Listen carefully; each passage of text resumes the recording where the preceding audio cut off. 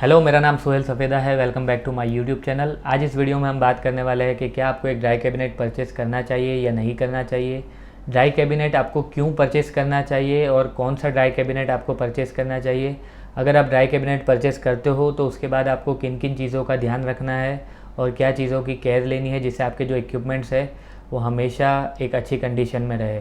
So let's start with कि आपको dry cabinet purchase करना चाहिए या नहीं करना चाहिए। तो जो आंसर है वो सिंपल है, डेफिनेटली आपको ड्राई कैबिनेट परचेज़ करना चाहिए। उसका रीज़न ये है कि आप अगर इंडिया में किसी भी सिटी में रहते हो तो चांसेस ये है कि कुछ मंथ्स में ऐसा होता है कि आप जब कैमरा को यूज़ नहीं कर रहे होते हो, और जनरली वो जो मंथ्स होते हैं वो बारिश वगैरह के होते हैं, और बारिश की सीज़न में जो ह्यूमिडिटी है, जो ह्यूमिडिटी का जो लेवल है वो बहुत ज़्यादा होता है, और इसी वजह से जो फंगस है वो हमारे कैमरा लेंसेज में, कैमरा बॉडी में सारी जगहों पर ग्रो करना स्टार्ट करता है।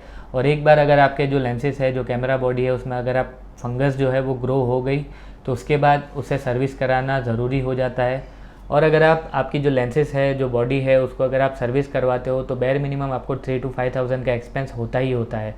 और ये एक्सपेंस करने के बाद भी ये ज़रूरी नहीं है कि उसके बाद फंगस का जो ग्रोथ है वो होगा या नहीं होगा, इसकी कोई गारंटी नहीं है। तो इसीलिए ड्राई कैबिनेट जो है वो आपके जो इक्विपमेंट्स है उसको फंगस से सेफ़ रखता है। बेसिकली ड्राई कैबिनेट जो है वो ये करता है कि जो ह्यूमिडिटी लेवल होता है जिसे RH में मेज़र किया जाता है, उस RH लेवल को, ह्यूमिडिटी को एक सही मात्रा में मेंटेन करता है, और आपके जो कैमरा लेंसेज है जिससे उस वजह से, मेंटेन करने की वजह से उसमें फंगस का जो ग्रोथ है वो नहीं होता है। फंगस दूसरे भी एक रीज़न से होती है, जो ये है कि अगर आपके जो इक्विपमेंट्स है उनको रेगुलरली अगर आप साफ़ नहीं करते, उनमें धूल मिट्टी अगर घुसती है कहीं से, धूल मिट्टी की वजह से उसमें जो फंगस है वो भी ग्रो कर सकती है। तो ये दो रीज़न की वजह से फंगस का ग्रोथ होता है। अब इस फंगस का ग्रोथ ना हो, इसी वजह से आपको ड्राई कैबिनेट परचेज़ करना चाहिए। अगर आपके पास बहुत ज़्यादा लेंसेज है, कैमरा है और बहुत सारे इक्विपमेंट्स है जो कि डेफ़िनेटली बहुत ही ज़्यादा एक्सपेंसिव होते हैं, और आप अगर उनको सेफ़ रखना चाहते हो तो डेफ़िनेटली आपको एक ड्राई कैबिनेट परचेज़ करना चाहिए। और अगर आप सोच रहे हो कि आपके पास सिर्फ एक कैमरा बॉडी और एक लेंस है और आपको ड्राई कैबिनेट का ज़रूरत नहीं है, तो आप गलत हो।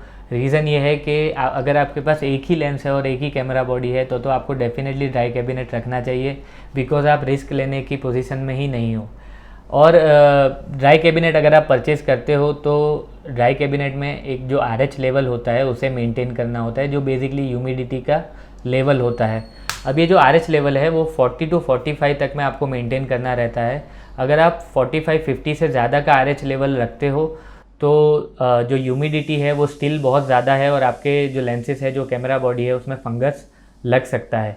और अगर आप RH लेवल जो है उसको 40-35 से कम रखते हो तो उससे ये होगा कि ह्यूमिडिटी बहुत कम होने की वजह से आपकी जो लेंसेज में जो रबर का यूज़ होता है, जो लेंस में जो वेदर सीलिंग के लिए जो रबर यूज़ होता है या किसी रबर के पार्ट्स लगे हुए हैं अगर, तो वो जो रबर होता है वो धीरे धीरे सूखने लगता है और वो इजीली डैमेज हो सकता है। तो वो जो एक्सपेंस आएगा वो तो इवन आपकी जो लेंस की सर्विस से भी ज़्यादा का एक्सपेंस आएगा। तो हमेशा ट्राई कीजिए कि आपका जो RH लेवल है वो 40 से 45 के बीच में रहे।